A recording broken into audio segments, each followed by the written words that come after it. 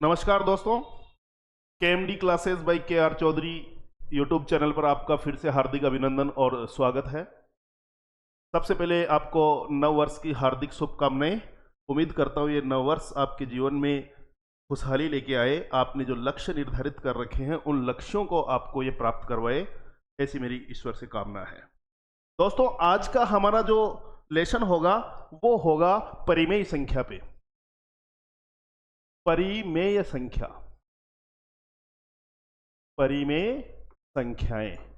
आज हम इसमें देखेंगे कि परिमेय संख्याएं क्या होती हैं और इसको किससे व्यक्त करते हैं, इसका प्रतीक क्या होता है और कौन कौन सी वे संख्याएं हैं जो परिमेय होती है और कौन कौन सी ऐसी संख्याएं हैं जो परिमेय नहीं होती है। समस्त जानकारी हम परिमेय संख्याओं की आज लेंगे दोस्तों। ठीक है, तो देखिए हम स्टार्ट करते हैं। परिमेय संख्या, इसकी आप एक परिभाषा लिख लीजिए। परिमेय संख्या, परिमेय संख्या।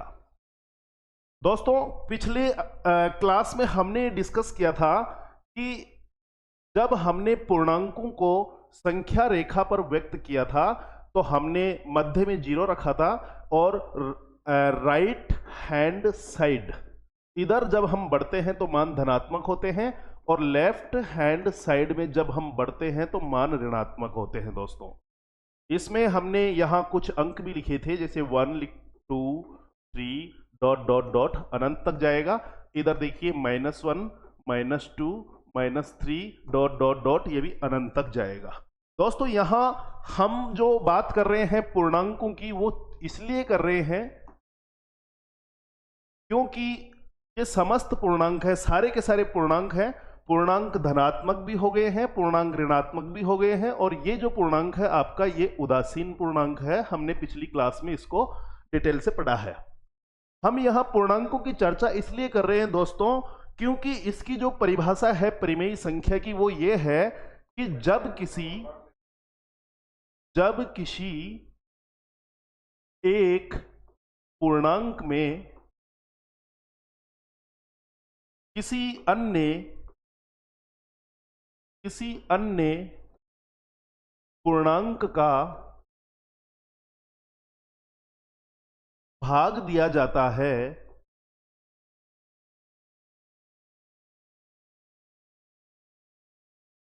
तो प्राप्त भागफल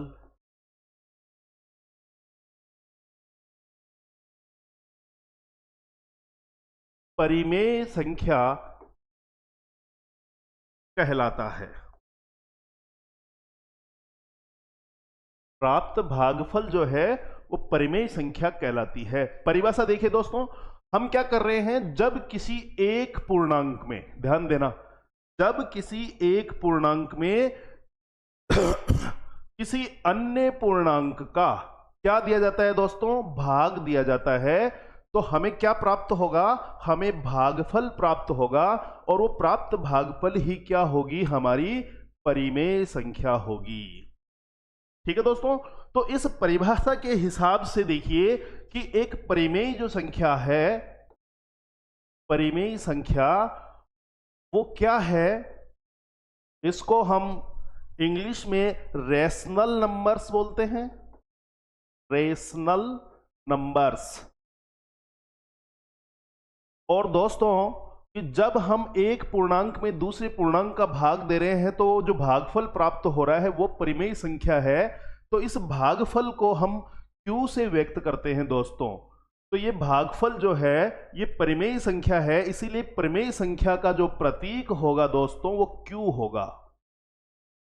तो परिमेय संख्या को रेशनल नंबर्स कहते हैं और इसका जो प्रतीक है वो है आपका Q। अब जैसा कि हमने परिभाषा लिखी है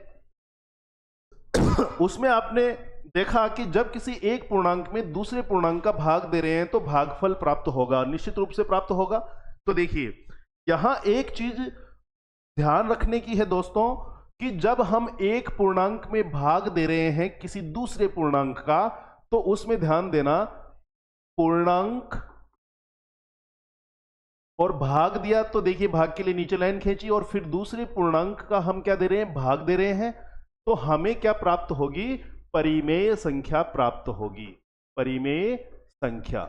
लेकिन यहां पर एक चीज बिल्कुल क्लियर कर लेना जो बहुत ही महत्वपूर्ण है दोस्तों, कि जिस पूर्णांक का भाग दिया जा रहा है, देखिए ये जो पूर्णांक है, ये पूर्णांक कभी भी शून्य नहीं होना चाहिए।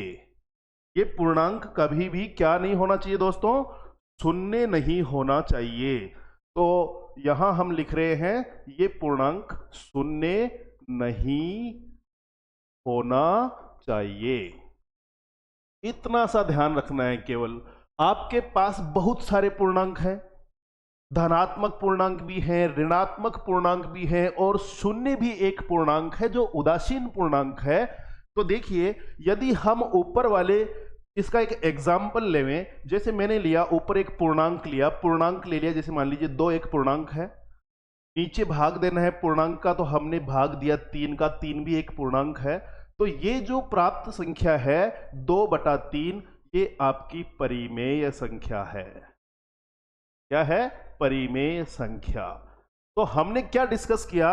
मान लीजिए हम इस ऊपर वाली संख्या को यहां पर लिख देवें कि ये अंश है, और यहां नीचे वाली संख्या को हम लिख देवें कि ये हर है।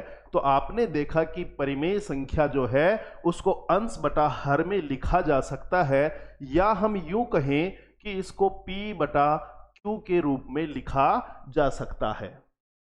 तो वो संख्या परिमेय संख्या है। लेकिन हमने क्या कहा कि जिस पूर्णांक का आप भाग दे रहे हैं वो पूर्णांक कभी भी शून्य नहीं होना चाहिए। ये एकमात्र कंडीशन है, शर्त है किसी भी चीज के, किसी भी संख्या के परिमेय होने के लिए। अर्थात हम यहां पे लिख सकते हैं कि किसका भाग दे रहे हैं हम? Q का। किस में दे रहे हैं? P में। P भी क्या है? एक पूर्णांक है जिसका मान कुछ भी हो सकता है, 1 2 3 4 5 6, माइनस में भी हो सकता है, शून्य भी हो सकता है। लेकिन Q का हम इसमें भाग दे रहे हैं तो Q का कुछ भी मान हो सकता है दोस्तों। इसका 1 से अनंत तक मान हो सकता है धनात्मक में, इसका 1 से अनंत तक ऋणात्मक में भी मान हो सकता है। लेकिन हमने एक शर्त बता दी आपको कि जिस पूर्णांक का हम भाग दे रहे हैं, अर्थात किसका दे रहे हैं? हर का, अर्थात Q का। तो ये Q जो है ये बराबर नहीं होना चाहिए किसके? शून्य के। बाकी और कोई सा भी पूर्णांक इसकी जगह आ जाए, लेकिन शून्य नहीं होना चाहिए।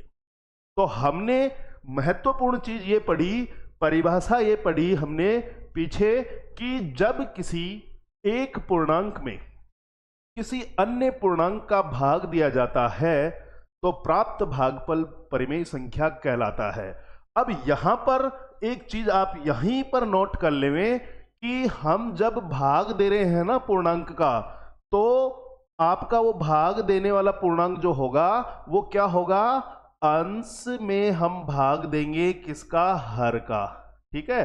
जब हम एक पूर्णांक में दूसरे पूर्णांक का भाग देते हैं तो एक पूर्णांक तो अंश बन जाता है और एक पूर्णांक हर बन जाता है। इसीलिए दोस्तों हम यहां ये कहेंगे कि परिमेय संख्या होने के लिए हर जो है आपका, वो हर कभी भी क्या नहीं होना चाहिए?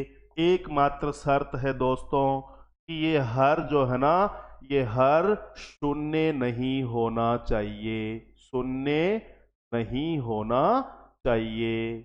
बाकी और कुछ भी हो कोई दिक्कत नहीं है। अगर हम P/Q के रूप में लिख पा रहे हैं तो फिर वो परिमेय संख्या है। इसको एग्जाम्पल से समझते हैं दोस्तों। देखिए मान के चलिए ये हमारी संख्या रेखा है, और संख्या रेखा जो होती है उस पर संख्या रेखा पर हमने क्या किया? हमने अंकों को प्रदर्शित किया। देखिए इधर प्लस में चलेंगे, 1 2 3 4 अनंत तक जाएगी।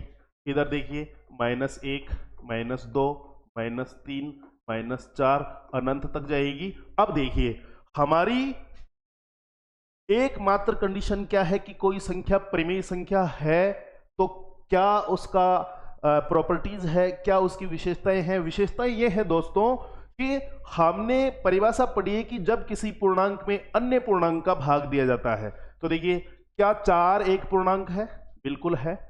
क्या इसमें 3 का भाग दिया जाए तो नीचे भी 3 भी एक पूर्णांक है? बिल्कुल है। आपसे ये कहा जाए कि ये परिमेय संख्या है क्या, तो आप उत्तर देंगे कि ये संख्या परिमेय है। क्यों है? क्योंकि इसमें अंश और हर है, और हर किसके बराबर नहीं है? 0 के, तो ये परिमेय है। ये परिमेय है।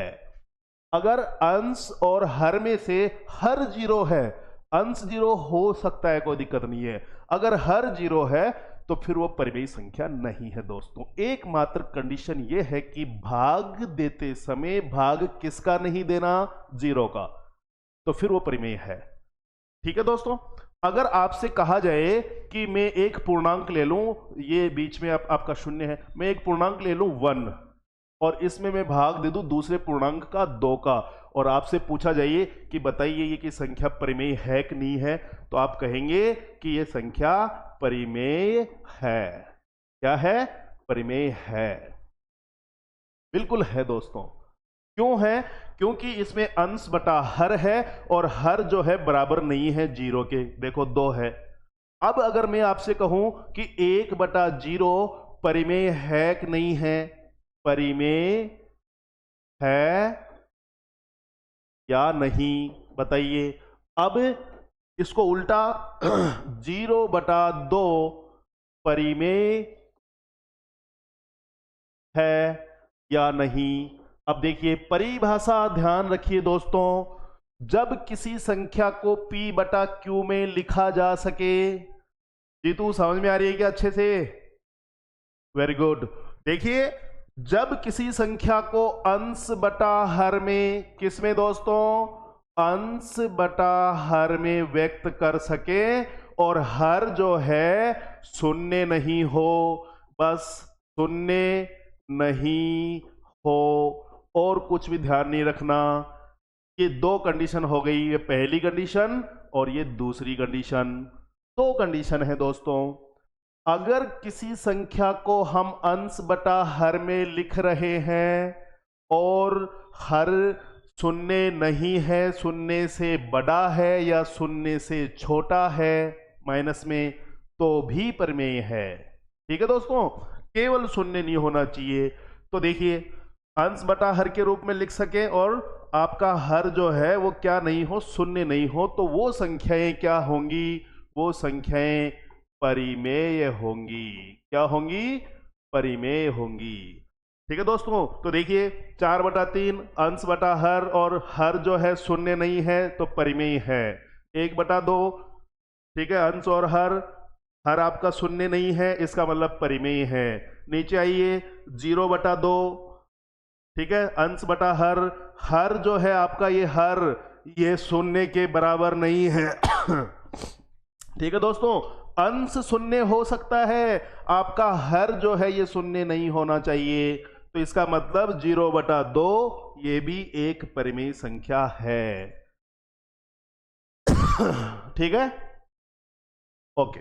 देखिए अब यहां देखिए 1/0 परिमेय है या नहीं। हम देख रहे हैं कि इसको अंश बटा हर में हमने लिख दिया है, लेकिन हर जो है 0 नहीं होना चाहिए, शून्य नहीं हो, लेकिन यहां तो हर शून्य है।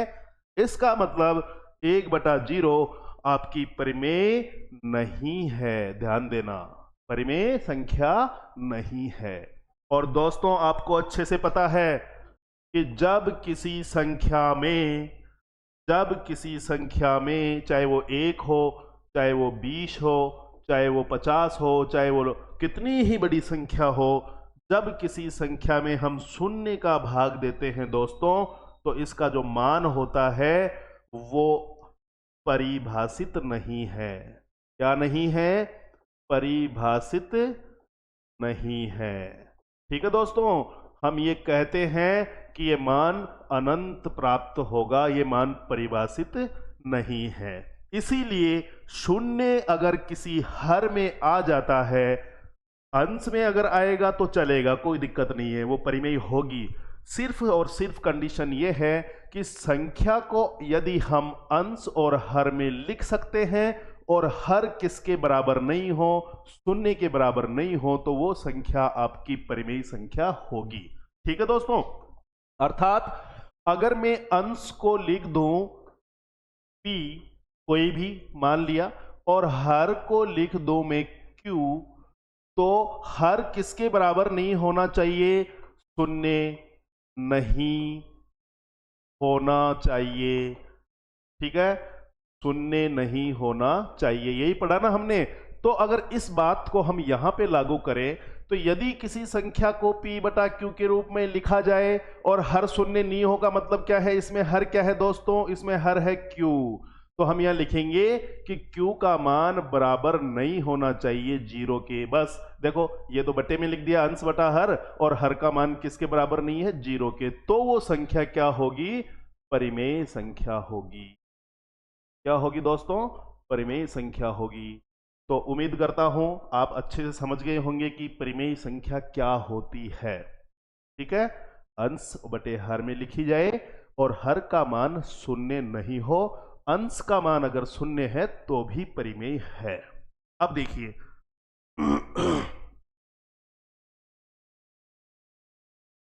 हमने बहुत से पूर्णांक लिए, 0, 1, 2, 3, 4, 5, 6, इधर लिया हमने -1, -2, -3, अनंत तक लिया। तो दोस्तों अगर आपसे पूछा जाए, हम अब पढ़ना क्या चाह रहे हैं दोस्तों, हम अब ये पढ़ना चाह रहे हैं कि परिमेय संख्या कौन कौन सी संख्याएं परिमेय संख्याएं होती है। हमने उसकी विशेषता पढ़ी ली कि अंश बटा हर को परिमेय संख्या कहते हैं, लेकिन आपसे अगर कोई डायरेक्ट ये पूछे, मान लीजिए कि 2 एक परिमेय संख्या है, बताइए सही है क्या, 2 एक परिमेय संख्या है,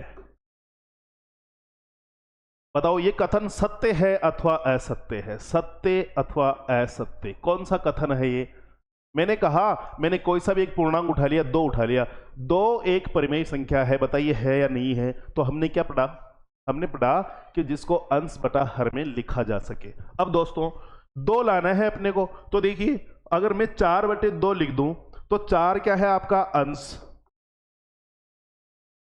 और 2 क्या है आपका हर, तो ये हो गया आपका p बटा q हो गया।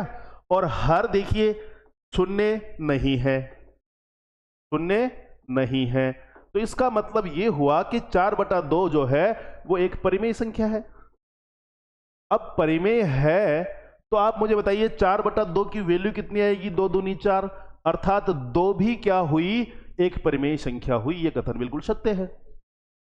इसीलिए दोस्तों मैं ये कहना चाह रहा हूं कि कोई सा भी पूर्णांक हो, कोई सा भी पूर्णांक हो, समस्त पूर्णांक, जैसे मान लीजिए हम बात करें कि 5 परिमेय संख्या है या नहीं है, तो देखिए आ जाएगी, ये अंश आ गया और ये हर आ गया, इसकी वैल्यू कितनी आएगी बताइए, 5 ही तो आएगी। तो ये संख्या जो है 5, इसको हमने अंश बटा हर के रूप में लिखा है। लिखा है कि नहीं लिखा है, लिखा है।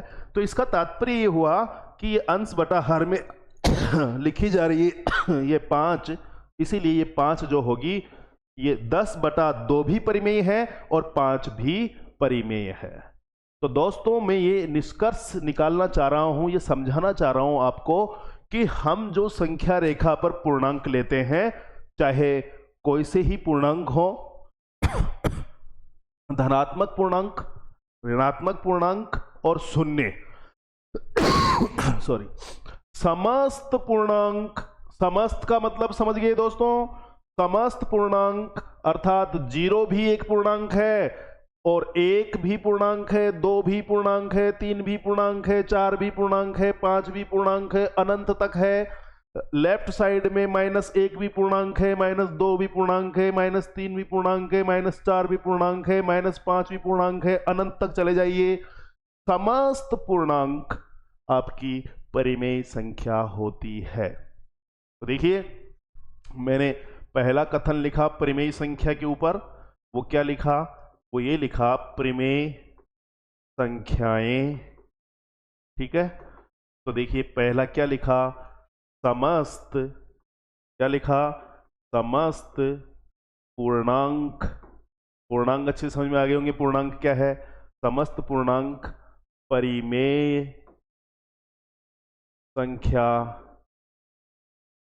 होते हैं। समस्त पूर्णांक परिमेय संख्या होते हैं। अब देखिए, आप कहेंगे कि साहब जीरो भी परिमेय संख्या है क्या? इसको अंश बटा हर में कैसे लिखेंगे? बिल्कुल लिखेंगे दोस्तों। देखिए, मैंने लिखा कि जीरो में 3 का भाग दीजिए, क्या आएगा? जीरो। जीरो में 9 का भाग दीजिए, क्या आएगा? जीरो। तात्पर्य यह है दोस्तों कि जीरो में जब किसी भी पूर्णांक से भाग देते हैं तो उसकी वैल्यू जीरो आती है। इसीलिए इस जीरो को, इस शून्य को हमने देखिए अंश बटा हर के रूप में लिख दिया है, और हर हमारा जीरो नहीं है, इसीलिए ये जीरो भी क्या है? एक परिमेय संख्या है। ऐसी कोई सी भी संख्या जिसको आप बटे में लिख सकें, p बटा q के रूप में लिख सकें, अंश बटा हर के रूप में लिख सकें, और हर जीरो नहीं हो, तो वो संख्या क्या है? परिमेय संख्या है। तो इस हिसाब से हमने एक निष्कर्ष निकाला कि समस्त पूर्णांक, देखिए समस्त पूर्णांक परिमेय संख्या होते हैं। यहां पर हम माइनस का उदाहरण भी ले सकते हैं दोस्तों। जैसे आपने कहा कि -3 परिमेय है या नहीं है, मान के चलिए -3 परिमेय है या नहीं है, तो देखो -3 को आप कैसे लिखेंगे? अंश बटा हर में लिखो। परिमेय संख्या होने के लिए आप ये देख लीजिए बटे में लिख सकते हैं क्या? और बटे में लिख सकते हैं। और दूसरी चीज क्या देखनी है कि हर शून्य नहीं होना चाहिए। तो देखो -3 को, ये देखिए मैंने ले लिया, मान लीजिए ऊपर -6 और नीचे मैंने भाग दे दिया इसमें 2। -6 भी एक पूर्णांक है। देखो -5 के आगे बढ़ेंगे तो यहां पर -6 आएगा। आएगा कि नहीं आएगा दोस्तों? तो -6 भी क्या है? एक पूर्णांक है, क्योंकि पूर्णांक धनात्मक भी होते हैं, पूर्णांक उदासीन भी होते हैं। ये उदासीन पूर्णांक है, जीरो, ना तो प्लस ना माइनस, और ये पूर्णांक ऋणात्मक भी होते हैं। तो हमने एक ऋणात्मक पूर्णांक लिया -6, और इसमें भाग दिया हमने हर में, हर बना के किसका? 2 को हर बना के भाग दिया, क्योंकि 2 भी एक पूर्णांक है। तो जब एक पूर्णांक में दूसरे पूर्णांक का भाग देते हैं तो हमें परिमेय संख्या प्राप्त होती है। और सिर्फ ये ध्यान रखना है कि जीरो का भाग नहीं देना है, क्योंकि अंश बटा हर में कंडीशन क्या है परिमेय होने के लिए? कि हर जीरो नहीं होना चाहिए। इसलिए अब इसको भाग दीजिए आप। देखिए 2 के आगे कोई चिन्ह नहीं है, इसका मतलब प्लस मानिए। और जब माइनस के चिन्ह में आप प्लस के चिन्ह का भाग देंगे तो उल्टे चिन्ह है क्या? तो क्या आएगा? माइनस आएगा। और 6 में 2 का भाग देंगे तो क्या आएगा? 3 आएगा। तो देखिए इस -3 को हमने किस में लिख दिया? अंश बटा हर में लिख दिया है दोस्तों। और हर आपका शून्य नहीं है, दिख रहा है हमें अच्छे से? शून्य नहीं है। दोनों कंडीशन पूरी हो गई। क्या? कि जब किसी संख्या को अंश बटा हर के रूप में लिखा जा सके और हर क्या नहीं हो? शून्य नहीं हो, तो वो संख्या परिमेय होती है। तो -3 आपकी कौन सी संख्या है? परिमेय संख्या है। परिमेय संख्या है। इसलिए दोस्तों मैंने यहां ये शब्द लिखा कि समस्त पूर्णांक, पूर्णांक कौन से? धनात्मक, ऋणात्मक और उदासीन। उदासीन कौन सा? उदासीन आ गया दोस्तों जीरो। जीरो भी आपका परिमेय संख्या है। क्यों है? देखिए ये जीरो था, इसको हमने क्या लिखा? अंश बटा हर के रूप में लिखा। और हर किसके बराबर नहीं है? जीरो के बराबर नहीं है। देखो अंश बटा हर, और हर जीरो नहीं है, इसका मतलब हमने जीरो को अंश बटा हर के रूप में लिख दिया है, हर जीरो नहीं है, तो जीरो आपकी परिमेय संख्या है। ठीक है दोस्तों? अब इसके बाद देखिए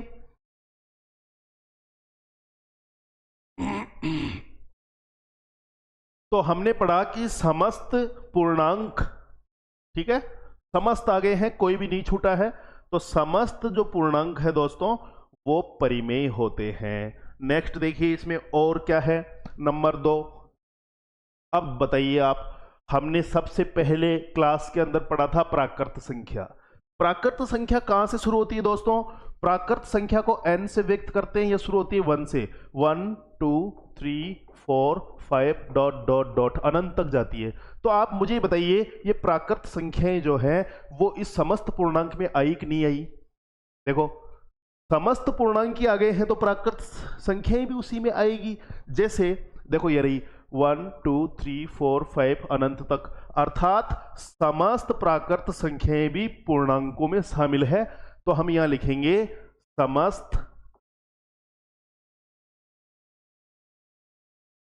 प्राकृत संख्याएं, ठीक है, ये भी क्या है, परिमेय होती है, परिमेय होती है, बिल्कुल होती है। अगर देखिए मैं यहां पर पूछूं आपसे, क्या समस्त पूर्ण संख्याएं, समस्त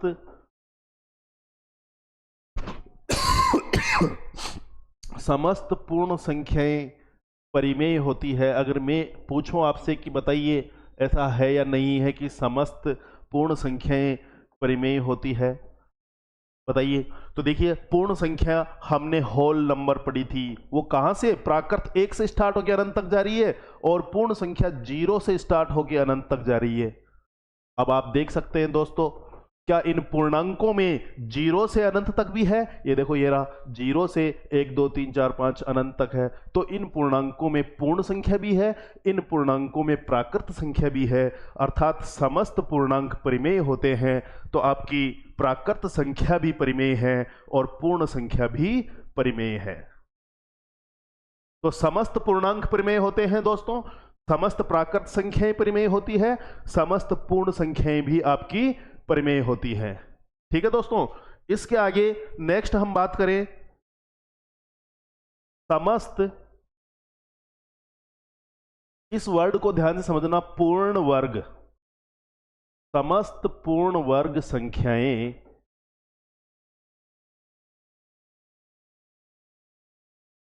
परिमेय होती है। क्या होती है?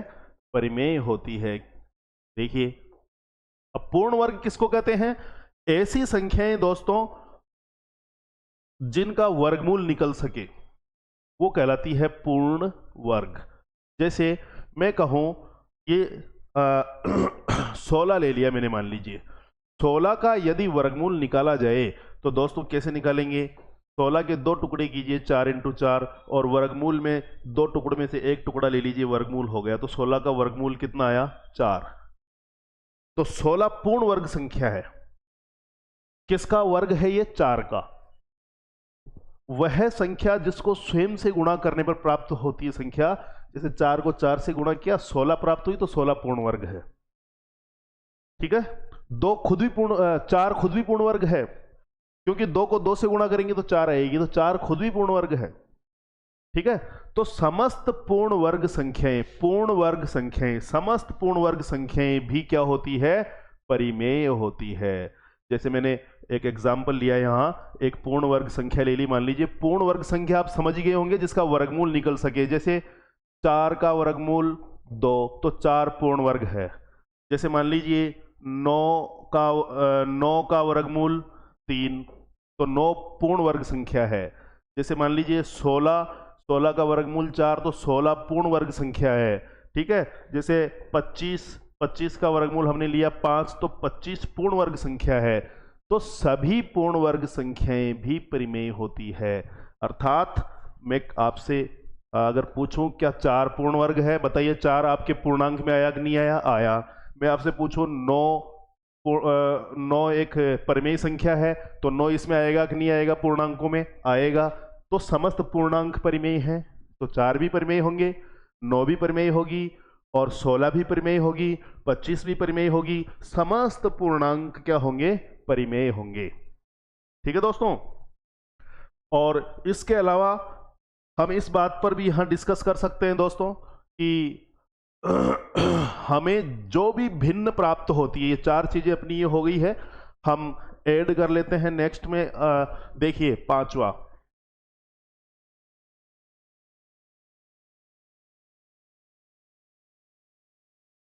हमने पढ़ा कि समस्त पूर्णांक परिमेय संख्या है, समस्त प्राकृत संख्याएं परिमेय संख्याएं हैं, समस्त पूर्ण संख्याएं परिमेय संख्याएं हैं, और समस्त पूर्ण वर्ग संख्याएं परिमेय संख्याएं हैं। इसके बाद देखिए दोस्तों, हम यहां ये कह सकते हैं कि समस्त जो भिन्ने होती हैं, समस्त भिन्ने, कोई से भी भिन्न हो, समस्त भिन्ने, ठीक है, समस्त क्या दोस्तों? भिन्ने। भिन्न किसको कहते हैं? समस्त भिन्न, कोई से भी भिन्न हो, समस्त भिन्न, ये भी परिमेय होती है दोस्तों। क्या होती है? परिमेय होती है। भिन्न कब बनती है? भिन्न बनती है अंश बटा हर। ये भिन्न हो गई दोस्तों, अंश बटा हर भिन्न हो गई, अर्थात जिसको हम P बटा Q के रूप में लिख सके, अंश बटा हर के रूप में लिख सके, वो भिन्ने होते हैं दोस्तों। तो सभी भिन्ने परिमेय संख्याएं होती है, और इसमें आपको बार बार बताने की आवश्यकता नहीं है कि हर जो है वो बराबर नहीं होना चाहिए किसके? शून्य के। तो समस्त भिन्ने भी परिमेय होती है। आपसे अगर कोई कहे कि 1/3 है या 3/1 है या फिर 4/5 है, बताइए कौन सी संख्या परिमेय है? आप कहेंगे भिन्न है, भिन्न है, भिन्न है, परिमेय, परिमेय, परिमेय, समस्त प्रकार की भिन्ने। ठीक है दोस्तों, समस्त प्रकार की भिन्नों का तात्पर्य है यहां पर मिश्र भिन्न भी आ सकती है। 2 सही 1/3, बताइए 2 सही 1/3 ये परिमेय है कि नहीं है? बिल्कुल है। समस्त प्रकार की भिन्ने, जब हम भिन्न पढ़ेंगे तो उसमें पढ़ेंगे कि भिन्न किसको कहते हैं, भिन्न कितने प्रकार की होती है, कौन सी भिन्न किससे बड़ी होती है, कौन सी किससे छोटी होती है, उनका आरोही क्रम क्या है, उनका अवरोही क्रम क्या है। अगली क्लास अपनी इसी चीज पे होने वाली है दोस्तों, तो बी अलर्ट, तैयार रहिएगा, परीक्षाएं नजदीक है। इसीलिए जीतू आजकल लापरवाही ज्यादा कर रहा है, ठीक है?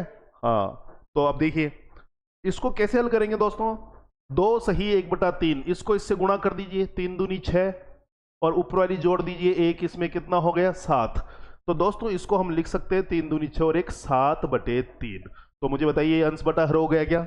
अंश बटा हर हो गया है, तो ये भिन्न है, और भिन्न है और ये परिमेय है कि नहीं है? देखिए हर जो है आपका 0 के बराबर नहीं है, 3 है, इसका मतलब ये परिमेय है। समस्त प्रकार की जो भिन्ने हैं दोस्तों वो क्या होती है? परिमेय होती है। ठीक है दोस्ती, अब देखिए हमने पढ़ा कि कौन कौन सी चीजें ले ली हमने इसमें। देखिए समस्त पूर्णांक, चाहे वो धनात्मक हो, चाहे वो ऋणात्मक हो, चाहे वो शून्य हो, परिमेय संख्या है। ठीक है, फिर हमने देखा समस्त प्राकृत संख्याएं, प्राकृत का मतलब 1 से अनंत तक, तो देखिए 1 से अनंत तक ये पूर्णांकों में आ गई है, अर्थात समस्त प्राकृत संख्याएं भी आपकी परिमेय होती है। समस्त पूर्ण वर्ग संख्याएं, पूर्ण वर्ग संख्याएं जैसे मान लीजिए 4 है, 4 के आगे पूर्ण वर्ग संख्या हम लिखते जाएंगे तो 9 भी आएगी, क्योंकि वो 3 का वर्ग है, इसका वर्गमूल निकलता है।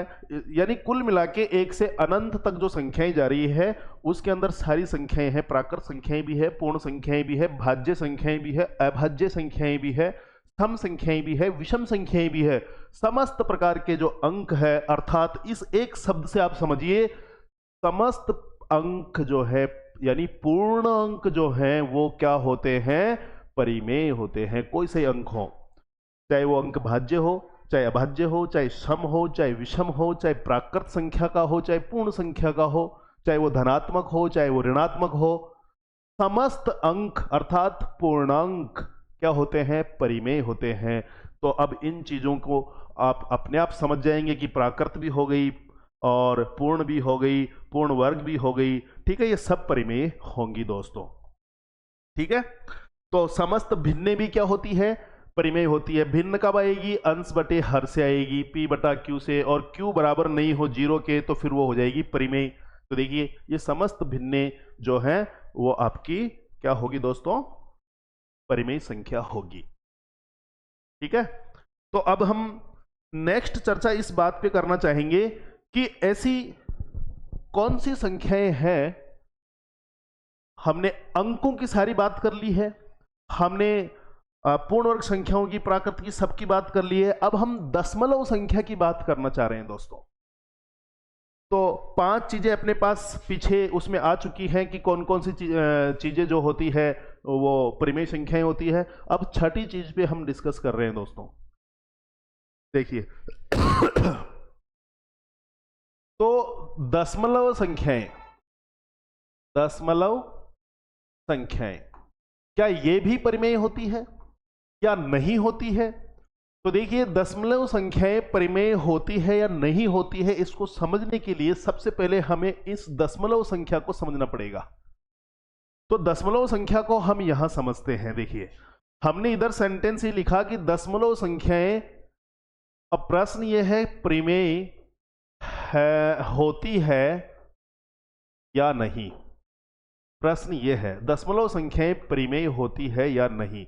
अब इस बात पर हम विचार करेंगे, समझेंगे कि दशमलव संख्याएं परिमेय होती है कि नहीं होती है। उससे पहले हम दशमलव संख्या की चर्चा करते हैं। देखिए दशमलव संख्या, ये जो दशमलव संख्या है दोस्तों, ये कितने प्रकार की हो सकती है, सबसे पहले इस पर चर्चा करेंगे दोस्तों। दशमलव संख्या कितने प्रकार की हो सकती है। मान के चलिए हमने एक ऐसी संख्या देखी जिसमें दशमलव जैसे 0.2 और 5 आके संख्या खत्म हो गई। ठीक है दोस्तों, ये पहली कंडीशन है। दूसरी कंडीशन हमने देखी दोस्तों कि जैसे मान लीजिए 0.33333 और यहां डॉट डॉट डॉट लगा हुआ है दोस्तों। इसका तात्पर्य ये है दोस्तों कि आप जितनी भी बार भाग देंगे 3 ही 3 प्राप्त होगा। हम केवल उदाहरण से समझना चाह रहे हैं कि दशमलव संख्या होती कितनी प्रकार की है। ठीक है दोस्तों, तो हमने देखा कि एक सिचुएशन में तो क्या हुआ कि दशमलव के बाद संख्या खत्म हो गई 2 और 5 आके। दूसरी कंडीशन में हमने देखा कि 0.3333 और डॉट डॉट डॉट ये बता रहा है दोस्तों कि ये अनंत तक जितना भी भाग देंगे 3 ही 3 आएगा।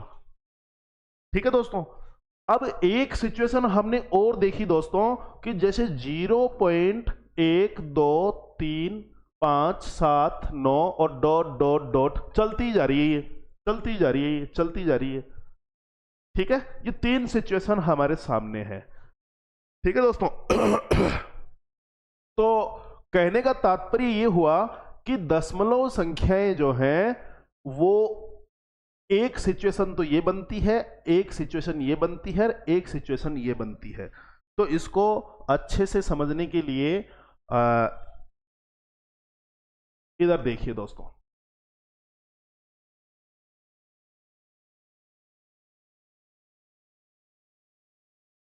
देखिए दोस्तों, मैं यहां पर ये चीज समझाना चाह रहा हूं आपको कि दशमलव संख्या जो होती है दोस्तों वो 2 प्रकार की होती है दोस्तों। देखिए, एक तो होती है कि दशमलव के बाद पूरा पूरा भाग चल जाए और मान आना शांत हो जाए। क्या हो जाए दोस्तों? मान जो भी है वो शांत हो जाए। मान आगे भाग देने की आवश्यकता ही नहीं पड़े क्योंकि पूरा पूरा भाग चले गया। तो हम देख रहे हैं कि संख्या शांत हो गई, दशमलव शांत हो गया। जैसे देखिए, हमने किसी संख्या में भाग दिया और 0.2 और 5 बार जाके भाग पूरा पूरा चला गया। ठीक है दोस्तों, जैसे एक एग्जाम्पल लेवे अपन शांत का। मैंने यहां पर 2 लिया और इसमें भाग दिया 5 का, तो भाग दीजिए आप।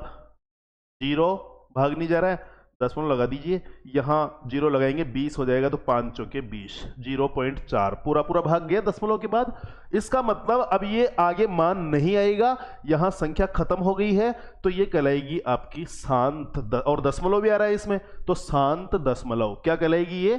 शांत दशमलव।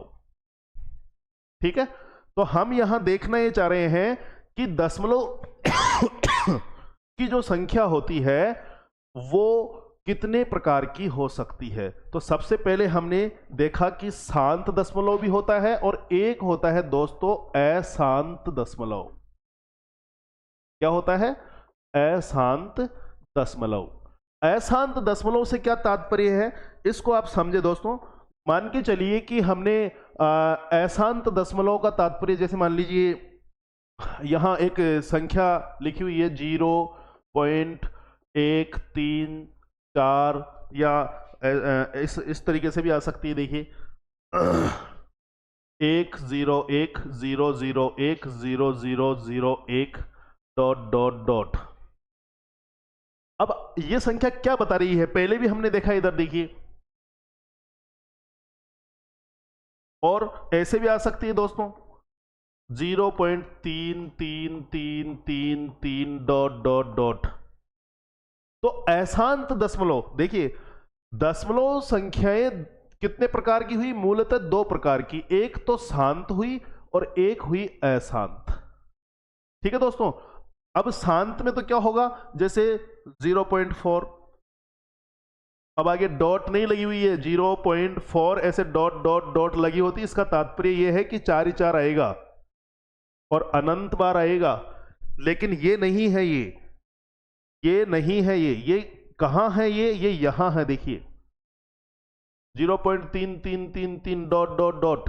ठीक है, तो एक तो है बिल्कुल शांत दशमलव और एक है अशांत दशमलव। तो दोस्तों अशांत दशमलव में भी हमें दो प्रकार की संख्याएं नजर आ रही है, देखिए कौन कौन सी? यहां देखिए अशांत दशमलव, देखो दशमलव संख्या भी है और अनंत तक जा रही है तो अशांत है, दशमलव भी है और अशांत है। ठीक है, लेकिन इसमें हम देख रहे हैं कि दशमलव के बाद यहां भी 3, यहां भी 3, यहां भी 3, यहां भी 3, यहां भी 3 और अनंत बार बता रहा है कि 3 ही 3 आएगी। तो इसको हम ये कह रहे हैं कि एक अंक या निश्चित अंक बार बार आए। वो अंक 1 भी हो सकता है, वो अंक 2 भी हो सकते हैं, वो अंक 3 भी हो सकते हैं।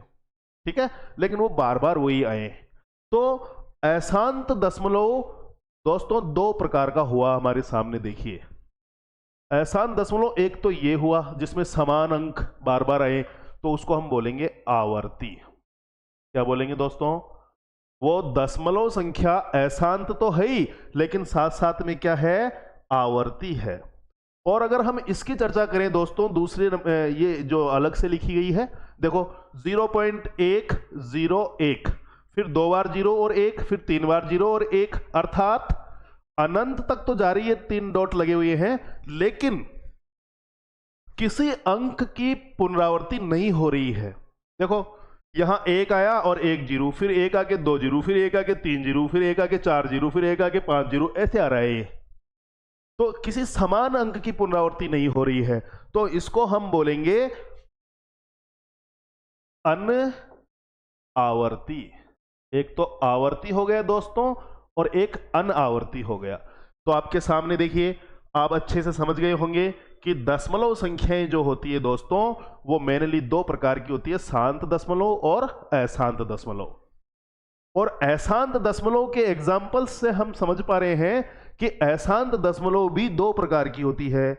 उसमें एक समान संख्या बार बार रिपीट हो, जरूरी नहीं एक ही हो, एक से ज्यादा भी हो सकती है, जैसे 4 5 4 5 4 5 4 5 डॉट डॉट डॉट, बार बार 4 5 4 5 4 5 4 5, कुछ भी 3 भी हो सकती है। ठीक है दोस्तों, तो कहने का तात्पर्य यह है कि समान अंकों का क्या हो रहा हो? रिपीटेशन हो रहा हो अनंत बार। तो वो दशमलव संख्या तो है ही और अनंत बार जा रही है, तो अशांत भी है, लेकिन समान अंकों की आवर्ती हो रही है, इसीलिए हम उसको कहेंगे आवर्ती। तो अशांत आवर्ती दशमलव कौन सी? अशांत आवर्ती दशमलव। और यदि अलग अलग अंक आ रहे हैं, जैसे यहां देखिए 0.1 2 3 5 7 9 अनंत, कोई भी अंक रिपीट नहीं हो रहा है, तो हम कहेंगे कि वो संख्या दशमलव संख्या तो है ही। ठीक है, कौन सी संख्या है? दशमलव संख्या, दशमलव संख्या है वो। और क्या कहते हैं, जो अनंत तक जारी है तो अशांत भी है। क्या एक ही अंक की बार बार रिपीटेशन हो रहा है समान अंक का, जैसे इसमें 3 3 3 हो रहा है, या इसमें 4 5 4 5 4 5 4 5 हो रहा है, वैसे इसमें नहीं हो रहा है, इसीलिए ये आवर्ती नहीं है, ये अनआवर्ती है। और दोस्तों अनआवर्ती को आप कैसे लिख सकते हैं? संधि करके लिख देना, अनावर्ती। क्या लिख देंगे? अनावर्ती। तो उम्मीद करता हूं कि आप इस दशमलव वाला जो कंसेप्ट है वो कितने प्रकार का होता है, इसको आप अच्छे से समझ गए होंगे।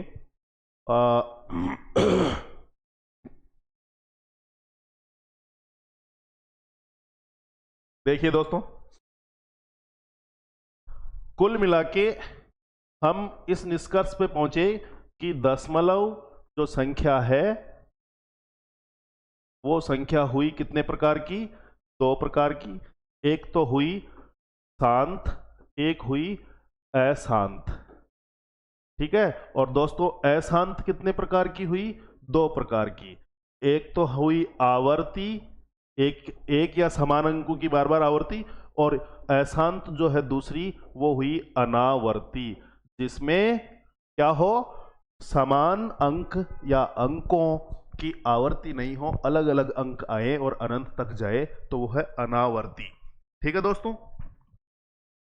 तो इस प्रकार से हम यह भी कह सकते हैं कि जब दशमलव का मान समाप्त हो जाता है कुछ संख्याएं आके, जैसे 0.4, दशमलव के बाद कुछ अंक आके पूरा पूरा भाग चला जाता है, तो ऐसी दशमलव संख्या को हम शांत दशमलव संख्या भी बोलते हैं। और किसी चीज का अवसान हो जाना अर्थात वो चीज खत्म हो जाना, इसीलिए इसका दूसरा नाम है अवसानी। क्या नाम है दोस्तों, याद रह जाएगा ना, अवसानी। कौन सा दशमलव संख्या है ये? या तो शांत कह दीजिए या अवसानी कह दीजिए, अवसानी दशमलव या शांत दशमलव।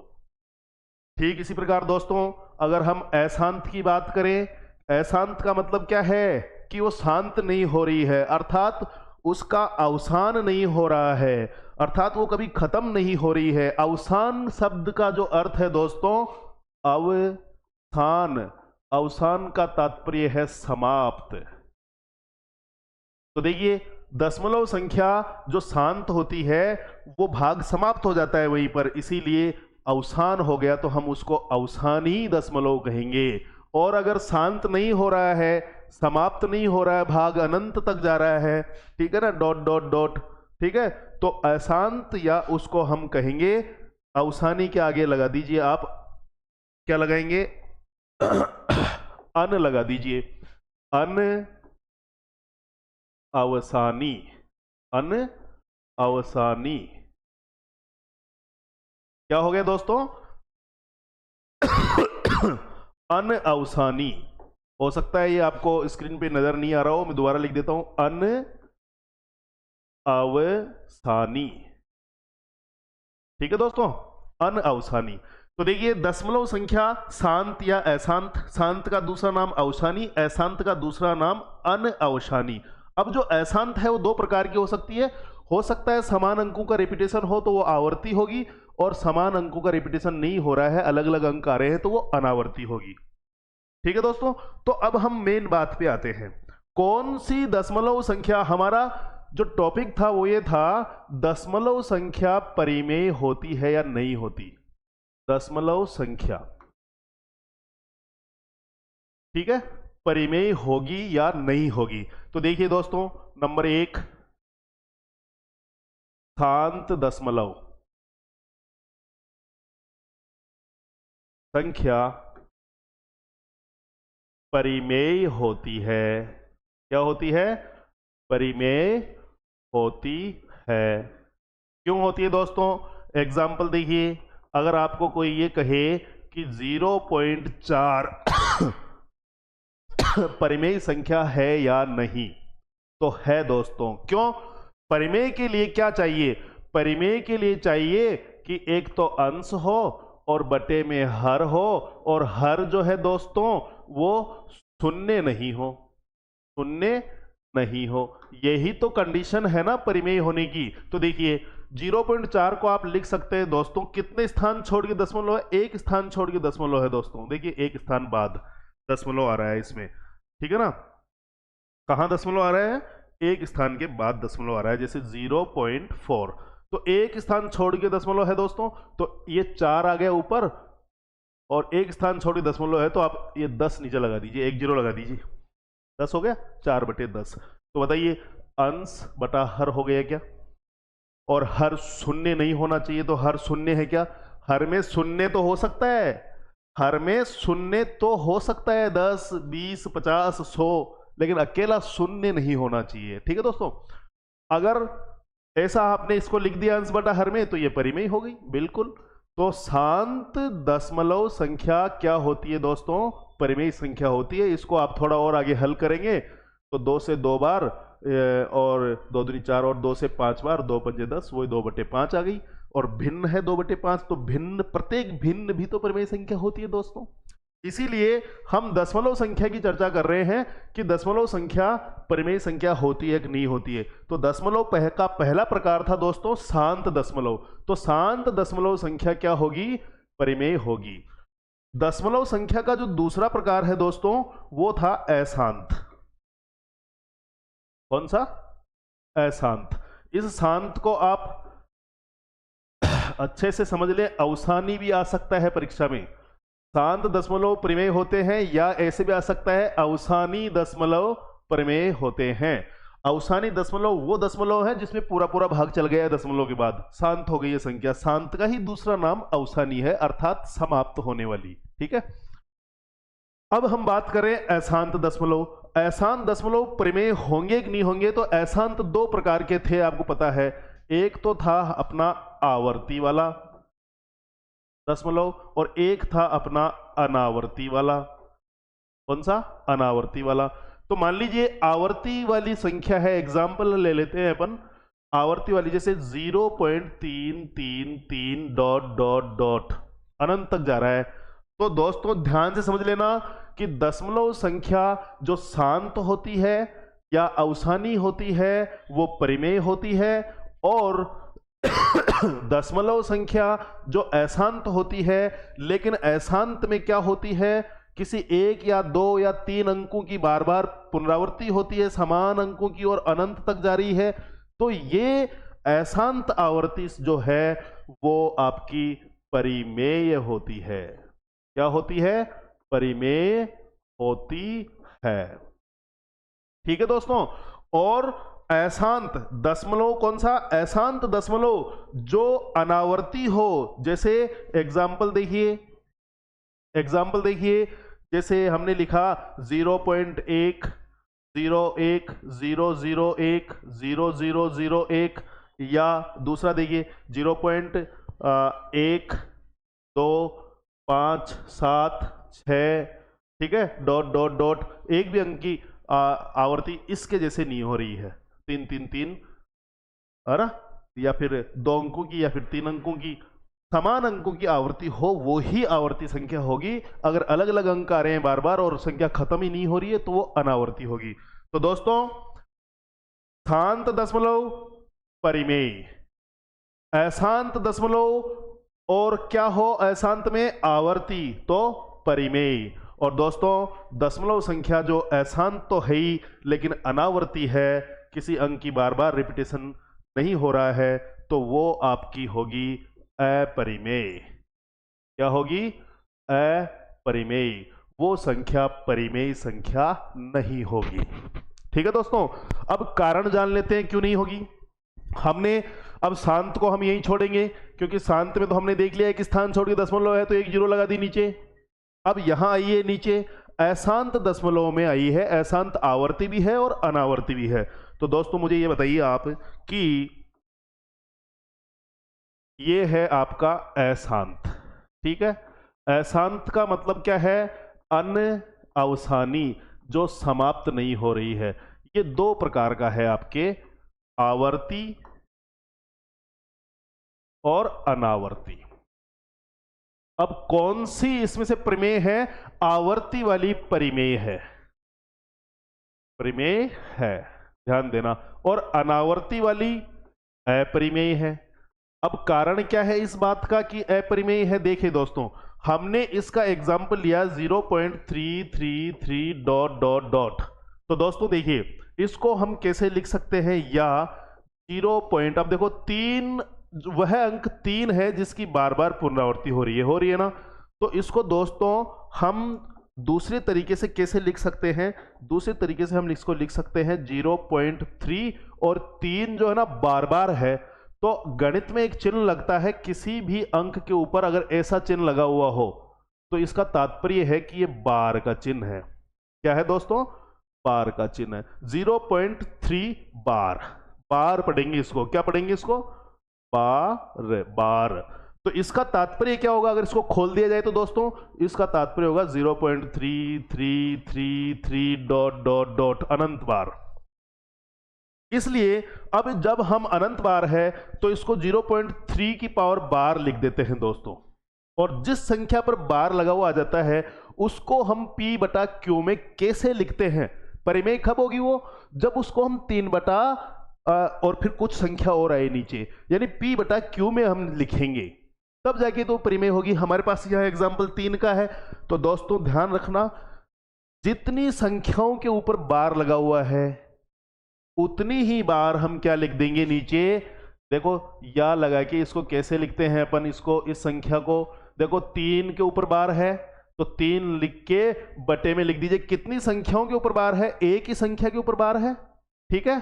तो 1 बार 9 लिख दीजिए, ये हो गई आपकी 3 बटा 9। क्या लिखेंगे? जितनी संख्याओं के ऊपर बार है। सपोज कीजिए कि आपके पास यहां आ गई 0.4545 डॉट इतनी बार, अनंत बार। तो देखो 4 5 4 5, अर्थात ये अशांत और क्या है? आवर्ती, ठीक है ना, बार बार आ रहे हैं 4 5 4 5। तो इसको हम कैसे लिखेंगे? 0.45 और 4 और 5 दोनों ही अंक बार बार आ रहे हैं तो दोनों के ऊपर बार लगाएंगे, और फिर हम इसको या लगा के कैसे व्यक्त कर सकते हैं दोस्तों? देखो दो संख्याओं के ऊपर बार है तो दोनों संख्याएं लिख दीजिए, 4 और 5। कितनी संख्याओं के ऊपर बार है? 2 के ऊपर, तो 2 बार 9 लिख दीजिए, यानी कि 45 बटे 99।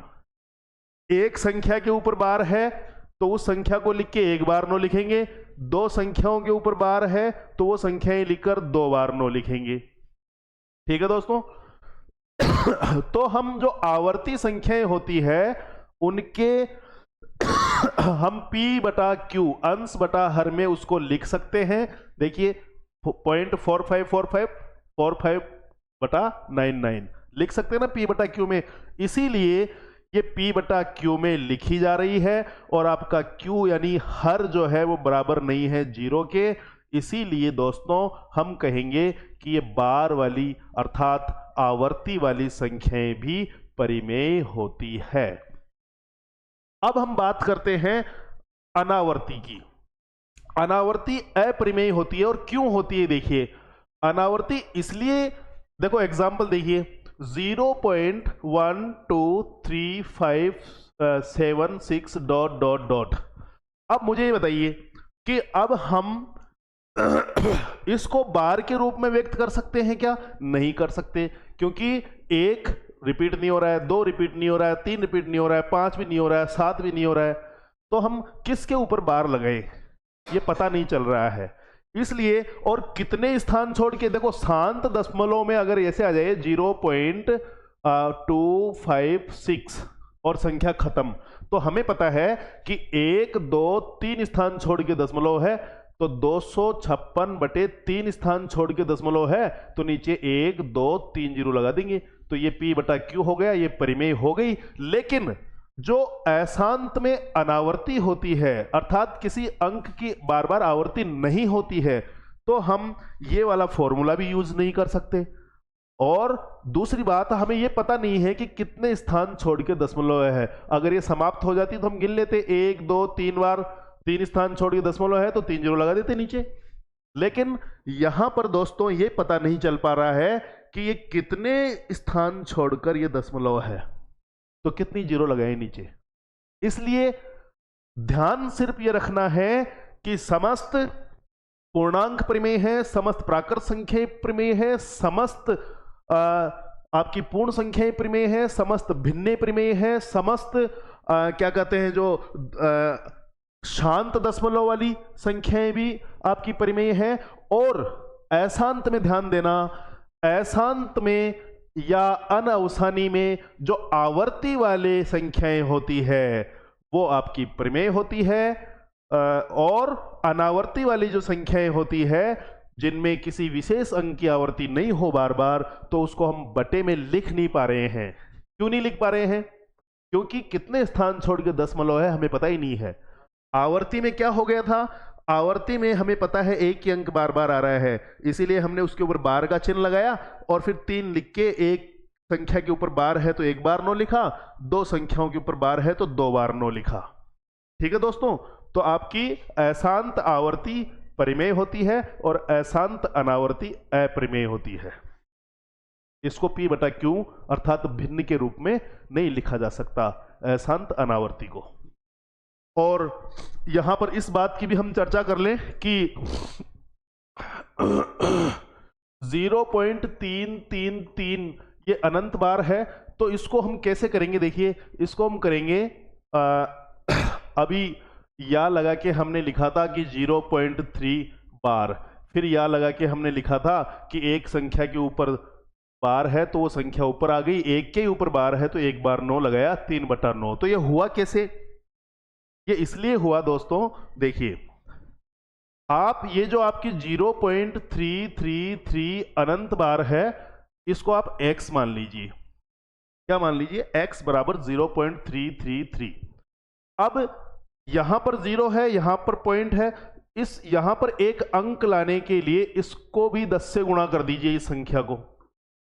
ठीक है, और इसको भी 10 से गुणा कर दीजिए, तो इधर क्या हो जाएगा दोस्तों? 10x बराबर 0.3 को जब आप 10 से गुणा करेंगे दोस्तों, ठीक है ना, तो जब गुणा कर रहे हैं तो दशमलव एक स्थान पीछे खिसक जाएगा, ये हो जाएगा 3.3333 डॉट डॉट डॉट। और दोस्तों ये जो 10x बराबर 3.3333 ये अनंत बार है, तो हमने माना कि ये पॉइंट के बाद 3333 जो है, हमने माना कि ये x बार है, प्लस कर दिया हमने इसमें कि माना कि ये 3333 x बार है। अब देखिए दोस्तों ये 10x है और बराबर में ये आपका 3 है। अब 3 के प्लस में ये x आ गया, इस प्लस को इस बराबर के चिन्ह के इधर लेके जाएंगे ना अपन x के पास, तो बराबर के दूसरी तरफ जब संख्या प्लस की जाती है उधर, तो माइनस की हो जाती है। हम आगे चल के पक्षांतरण के नियम पढ़ेंगे, उसमें डिटेल से समझाएंगे आपको कि ऐसा कैसे होता है कि जोड़ की बाकी में हो जाती है, गुणा की भाग में हो जाती है, भाग की गुणा में हो जाती है। ठीक है दोस्तों, तो प्लस के x को हम x के पास लाना चाह रहे हैं, तो ये बराबर के इधर प्लस का x है तो बराबर के इधर आएगा तो ये माइनस का x हो जाएगा। अब 10x में से 1x गया तो आपका दोस्तों बच गया 9x, और जिसका वैल्यू कितनी आई? 3। अगर हम x का मान निकालना चाहें तो x बराबर 3, और x और 9 के बीच में कोई चिन्ह नहीं है तो गुणा का चिन्ह है। एक तो अंग्रेजी की संख्या है और एक गणित की संख्या है। जब ऐसी सिचुएशन आ जाए 9x, इसका मतलब है 9 इंटू x। ठीक है दोस्तों, तो अब ये 9 गुणा में है, बराबर किधर जाएगा तो गुणा की संख्या भाग में आ जाएगी, तो 3 के भाग में आएगी, तो 3/9 हो जाएगी। और फिर 3/9 हो जाएगी तो देखो 3 एकम 3 और 3 तिया 9, कितनी वैल्यू आ जाएगी? 1/3। और ये 1/3 जो वैल्यू है दोस्तों, ये आप यहां भी रख सकते थे। 3/9, 3 एकम 3 और 3 तिया 9, अर्थात 1/3। ठीक है दोस्तों, तो इस प्रकार से हमने अच्छे से देखा कि दशमलव संख्याएं दो प्रकार की, शांत और अशांत। तो शांत दशमलव परिमेय होती ही है, अशांत दशमलव आवर्ती और अनावर्ती। आवर्ती में एक अंक की या 2 अंकों की या 3 अंकों की बार बार आवर्ती होती है तो वो परिमेय होती है, इस तरीके से हम बना सकते हैं। और अशांत अनावर्ती जो है वो अपरिमेय होती है, क्योंकि इसके जैसे 1 2 3 5 7 6 अब कितनी संख्याएं लिखे पता नहीं है, और नीचे जैसे इसमें 3 स्थान छोड़ दशमलव थे, 3 जीरो लगा दी, लेकिन इसमें कितने स्थान छोड़ के दशमलव में पता ही नहीं है क्योंकि अनंत बार है। ठीक है, और ये बार वाली जो स्थिति है वो यहां बन नहीं रही है, इसलिए दोस्तों ऐसा हुआ। अब हम बात करते हैं कि कौन सी संख्याएं अपरिमेय है। अपरिमेय दोस्तों ध्यान रखना, अगर ऐसा चिन्ह पाई एक संख्या मानी जाती है गणित में, पाई, पाई बोलते हैं इसको, इसका नाम क्या है? पाई। और वैसे जनरली हम ये कहते हैं कि पाई का मान 22/7 होता है, ये हमने पढ़ा भी है, काफी समय से हम पढ़ते आ रहे हैं। लेकिन एक्चुअल बात यह है कि पाई का जो मान होता है वो 22/7 न होकर 22/7 के लगभग बराबर होता है, लगभग बराबर होता है। अब आपसे पूछा जाए कि पाई क्या है, तो आप बोलेंगे अब आप कह रहे हैं कि पाई का मान ही तो 22/7 है, तो पाई को हम परिमेय बोल देते हैं। नहीं दोस्तों, अगर आपको पूछा जाए कि पाई क्या है तो आप कहेंगे अपरिमेय। क्या कहेंगे? अपरिमेय। ठीक है, अपरिमेय संख्या। ठीक है, इसका एक्चुअल मान हमें पता ही नहीं है। अगर आपसे पूछे कि 22/7 क्या है तो फिर आप कहेंगे इसमें P बटा Q है, अर्थात अंश बटा हर है, और हर जो है वो 0 नहीं है। इसीलिए हम कहेंगे कि 22/7 एक परिमेय संख्या है। क्या है? परिमेय संख्या है। पाई क्या है? अपरिमेय। 22/7 क्या है? परिमेय। और कौन सी संख्याएं देखिए हम डिस्कस कर सकते हैं यहाँ पे दोस्तों। जैसे मान लीजिए मैंने यहाँ लिखा √25, बताइए परिमेय है कि नहीं है? अब आप कहेंगे √25 का वर्गमूल तो 5 होता है, तो 5 तो एक पूर्णांक है और समस्त पूर्णांक परिमेय होते हैं, तो दोस्तों √25 भी आपकी परिमेय है। लेकिन मान के चलिए ऐसी संख्या आ जाए रूट में जिसका आपसे वर्गमूल ही नहीं निकले, √3। अब नहीं निकल रहा है, तो नहीं निकल रहा है इसका मतलब यह है आपकी अपरिमेय। क्या है? अपरिमेय। तो समझने वाली बात क्या थी दोस्तों? समझने वाली बात यह थी दोस्तों कि अपरिमेय संख्या जो है, अपरिमेय संख्या वो कौन कौन सी हुई? वो हुई जैसे रूट वाली वे संख्याएं जिनका पूरा पूरा वर्गमूल नहीं निकलता। ठीक है, जैसे ये पहला है ना, जैसे इसमें एग्जाम्पल ले लिया आपने, √3 है, √7 है, √5 है, √11 है। ठीक है दोस्तों, ये √11, ये सारी की सारी आपकी अपरिमेय है। दूसरा हमने लिया पाई का निश्चित मान हमें पता नहीं है, तो पाई भी क्या है? अपरिमेय है। ठीक है दोस्तों, और एक चीज ध्यान रखना दोस्तों, जब किसी परिमेय संख्या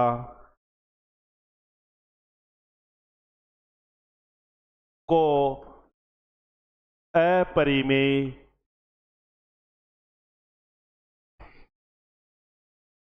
संख्या से गुणा किया जाता है तो ध्यान देना दोस्तों, अपरिमेय संख्या प्राप्त होती है। कौन सी संख्या प्राप्त होती है? अपरिमेय संख्या प्राप्त होती है। ध्यान देना, कौन सी संख्या दोस्तों? अपरिमेय संख्या प्राप्त होती है। किसी भी परिमेय संख्या को आप गुणा करेंगे अपरिमेय से तो क्या होगी? अपरिमेय प्राप्त होगी।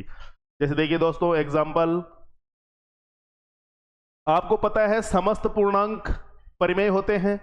जैसे 5 है, ये परिमेय है, इसको गुणा किया √3 से, देखिए √3 क्या है? आपकी अपरिमेय है, इसका वर्गमूल पूरा नहीं निकलता है। तो दोस्तों क्या आया? रिजल्ट क्या आया? 5√3। अब आपसे ये पूछ ले कि 5√3 परिमेय है या अपरिमेय, तो अब देखिए जब किसी परिमेय संख्या को अपरिमेय संख्या से गुणा किया जाता है तो हमेशा अपरिमेय संख्या प्राप्त होती है। तो 5√3 आपकी कौन सी संख्या है? अपरिमेय संख्या है। और एग्जाम्पल देखिए दोस्तों, मान के चलिए हमने 3 को गुणा किया पाई से, तो रिजल्ट क्या आया? रिजल्ट आया आपका 3 पाई। कितना? 3 पाई। तो दोस्तों बताइए, पूछे कि 3 पाई परिमेय है कि अपरिमेय है? तो देखिए पाई अपने आप में ही क्या है? अपरिमेय है। इसका कोई अभी एक्चुअल मान हमारे पास नहीं है, लगभग 22/7 के बराबर हम इसको मानते हैं, लेकिन 22/7 तो परिमेय है। लेकिन पाई परिमेय नहीं है, पाई अपरिमेय है। तो इस 3 जो परिमेय संख्या है इसको हमने गुणा किया पाई से, और पाई है एक अपरिमेय संख्या, तो हमारे पास 3 पाई आया। अर्थात परिमेय को गुणा कर रहे हैं अपरिमेय से, ठीक है। तो गुणा करने पर हमेशा क्या आती है? अपरिमेय। तो दोस्तों 3 पाई भी क्या होगी? अपरिमेय संख्या होगी, अपरिमेय संख्या होगी। तो दोस्तों ये कंसेप्ट था हमारा परिमेय संख्याओं का, जिसको मैंने डिटेल से आपको समझाने की कोशिश की है, और उम्मीद करता हूं कि आपके अच्छे से समझ में भी आई होगी। अगर कोई समस्या होती है आप कमेंट कीजिएगा, आपकी समस्या का समाधान जरूर कर किया जाएगा, ठीक है। एक बार पुनः नव वर्ष की हार्दिक शुभकामनाएं। नव वर्ष है, नई उमंग, नए जोश और नए सिरे से जुट जाइए, सफलता जरूर आपके कदम चूमेगी, ऐसी मेरी ईश्वर से प्रार्थना और मनोकामना है। धन्यवाद दोस्तों।